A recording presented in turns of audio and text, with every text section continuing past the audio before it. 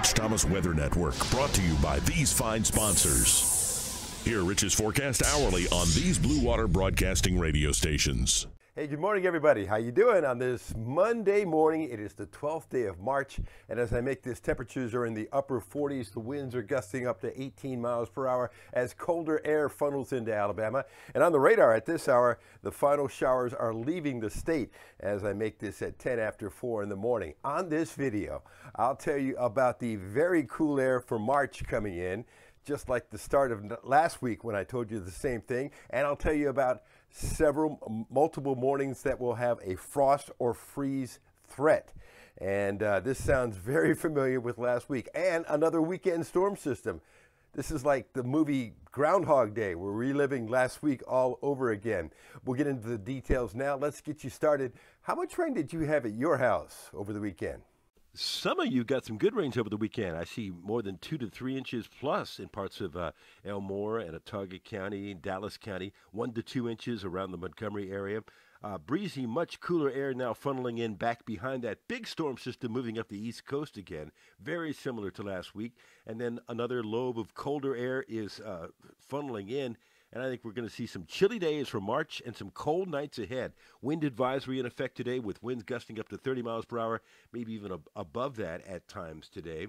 So we're looking for a windy, much cooler day. We'll gradually get into sunshine with a high around 56. Tonight slowed down to about 33. Northwest winds 15 to 25, gusting over 30 at times. A frost advisory in effect for tomorrow morning, late tonight and tomorrow morning.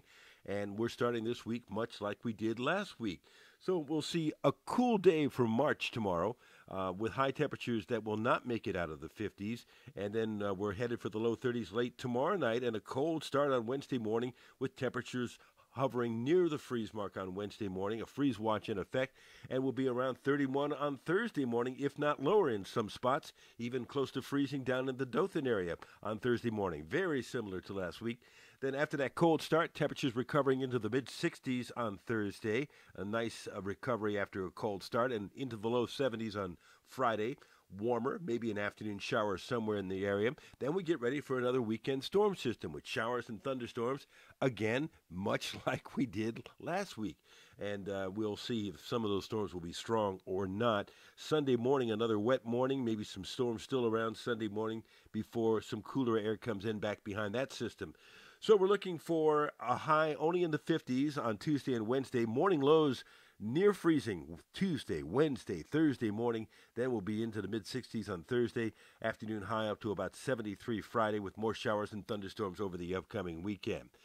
This is the European out 10 days, showing the very chilly week we have ahead as far as daytime temperatures and cold nights.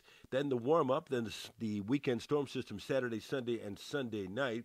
So that's the European. Now, this next graph is mislabeled. This should be the GFS.